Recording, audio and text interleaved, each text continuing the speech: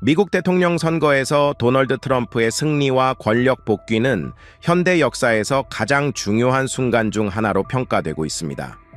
하지만 어떤 이들에게는 열광과 희망의 대상으로 보였던 이 사건이 일부 기독교인들에게는 큰 우려의 대상이 되고 있습니다. 이는 적그리스도가 세계에서 가장 강력한 국가와 함께 걷게 될 것이라는 이론 때문입니다. 우리가 말하는 인물은 트럼프의 사위 자레드 쿠슈너입니다. 성경의 예언은 우리에게 속임수를 쓰며 어둠 속에 숨어 있을 적그리스도의 도래를 경고합니다. 이 인물은 세상의 종말이 다가오기 직전에 등장할 것이라고 전해지지만 많은 이들이 예상치 못했던 것은 그가 우리가 상상하는 것보다 훨씬 가까이에 있을 수도 있다는 점입니다. 이 영상에서는 자레드 쿠슈너가 적그리스도일 것이라는 이론을 뒷받침하는 몇 가지 점들을 소개할 것입니다. 더불어 지금까지 누구도 언급하지 않았던 충격적인 세부 사항들을 제공하고 마지막에는 이처럼 많은 논란과 우려를 불러일으킨 이 주제에 대해 제 솔직한 의견을 말씀드리겠습니다.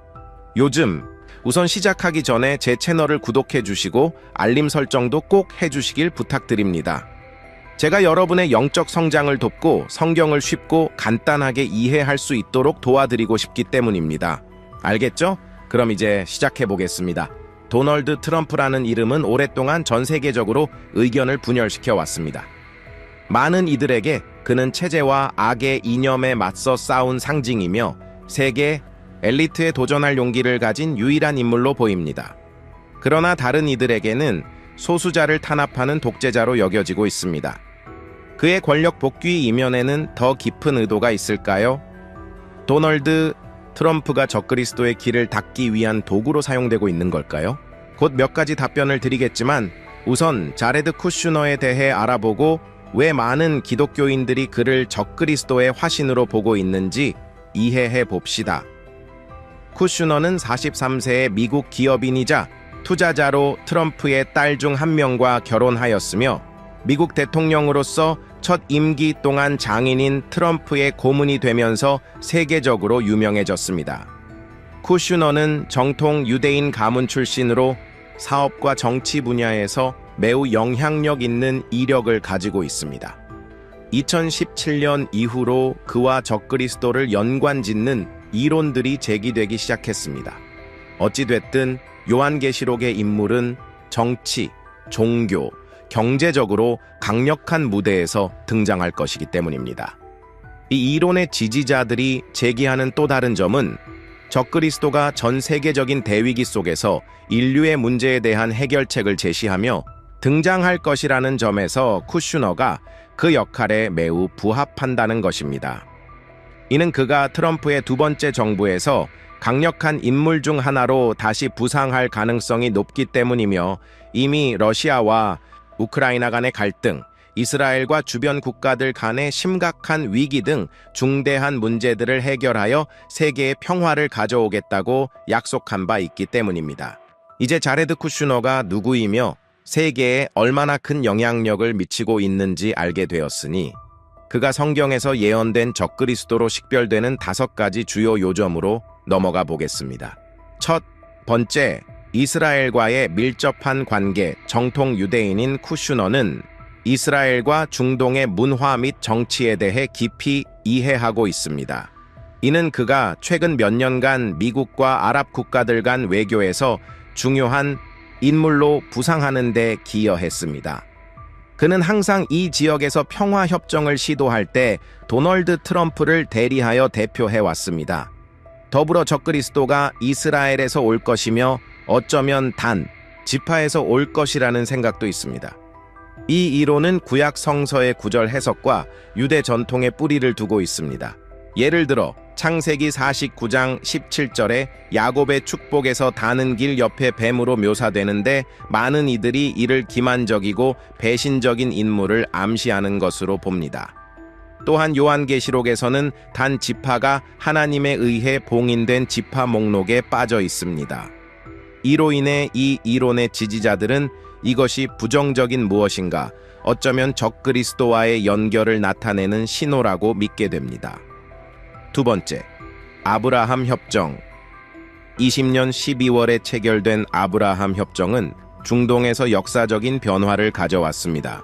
수십 년 만에 이스라엘과 아랍 국가들, 예를 들어 아랍에미리트와 바레인 등이 외교 및 상업 관계를 공식화하였기 때문입니다.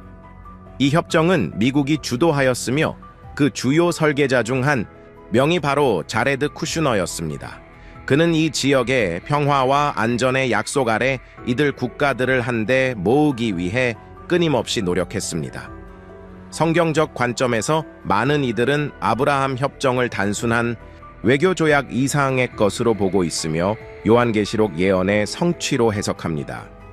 성서에서는 적그리스도가 평화와 안전의 약속을 내세워 세상을 안정적인 모습으로 유혹한 후 자신의 진정한 의도를 드러낼 것이라고 경고하고 있습니다. 세 번째, 뛰어난 정치 인물 자레드 쿠슈너는 글로벌 무대의 주요 지도자들과 직접적으로 연결될 수 있는 탁월한 능력을 가진 뛰어난 정치 인물로 부각되었습니다. 그는 사우디아라비아의 왕이나 아랍에미리트의 지도자와 같이 중동의 강력한 인사들과도 눈에 띄는 친분을 유지하고 있습니다. 이러한 관계는 단순한 외교적 형식을 넘어섭니다. 이는 이스라엘과의 관계가 항상 민감했던 지역에서 영향력 있는 지도자들과의 개인적이고 직접적인 유대 관계를 의미합니다.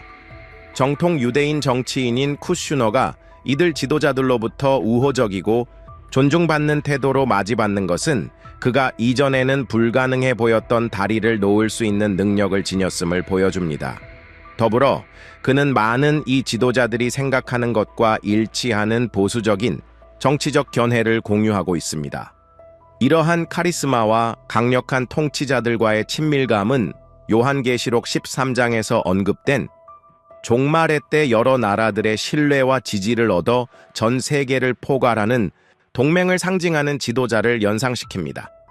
네 번째, 숫자 606번 뉴욕의 퀸츠 애비뉴에 위치한 유명한 건물이 있는데 오랫동안 건물 번호가 606이었습니다. 이 숫자는 요한계시록에서 짐승의 수로 언급되며 적그리스도 및 전 세계 지배를 이끌 미래의 사건들과 연관되어 있습니다.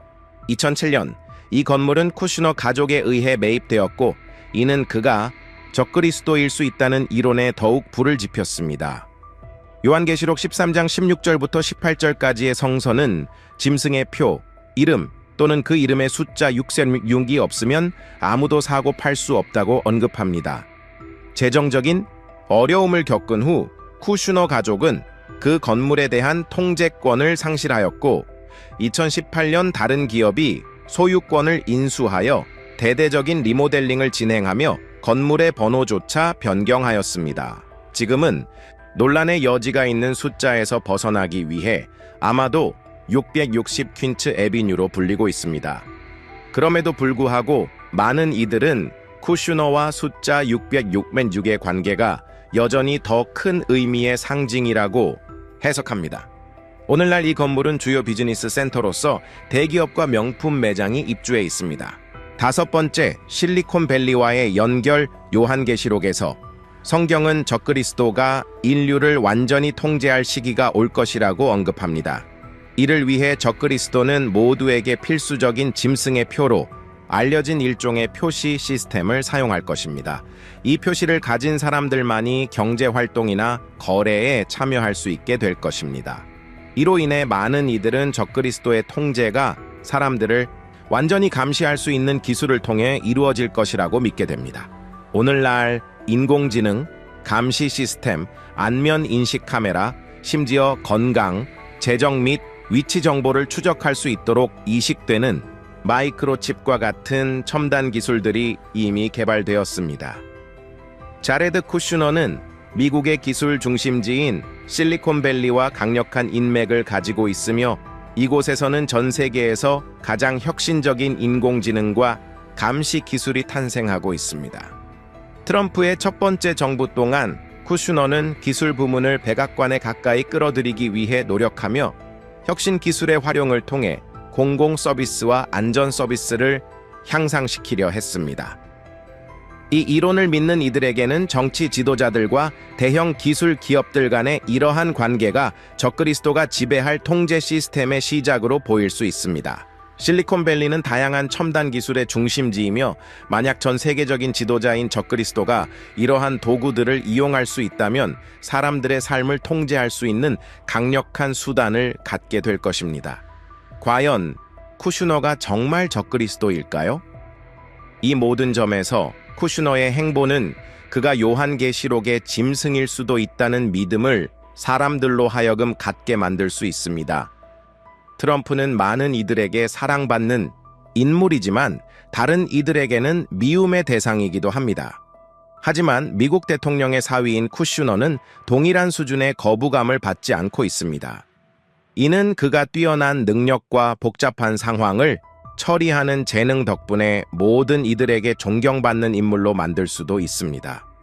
형제자매 여러분, 제가 이 남자가 이 이론에서 말하는 인물인지 아니면 어떤 악한 영적 힘과 연결되어 있는지 단언하거나 부정할 수는 없습니다. 단지 그가 매우 이상하고 신비로운 인물이며 우리가 경계할 필요가 있다는 것만은 말씀드릴 수 있습니다. 적그리스도에 관한 신학적 해명, 적그리스도가 반드시 이스라엘에서 나와야 한다는 이론은 사실이 아님을 분명히 할 필요가 있습니다.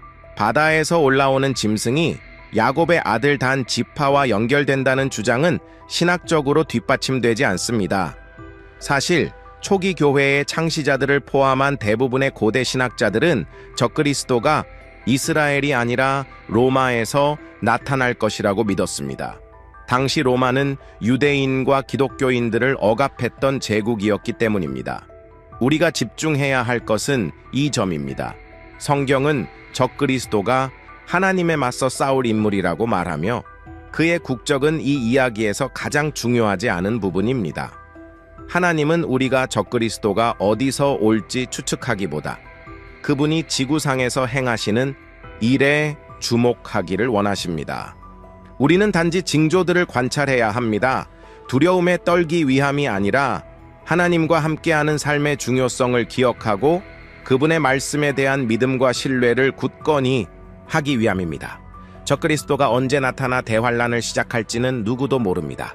그러므로 우리는 징조의 주의를 기울이되 우리의 평안을 유지하고 하나님 앞에서 깨끗한 양심을 가지며 그분이 세상의 종말까지 우리와 함께 하실 것을 믿어야 합니다. 이것이 예수님이 제자들에게 하신 약속이며 그분이 저와 여러분에게 약속하신 바입니다. 아멘. 이 메시지가 마음에 드셨다면 공유해 주시길 부탁드립니다. 또한 화면에 2개의 영상을 남겨둘 테니 그중 하나를 선택하여 유익한 시간을 보내시길 바랍니다. 하나님께서 축복하시길 바랍니다. 다음 영상에서 뵙겠습니다. 큰 포옹과 함께 인사드립니다.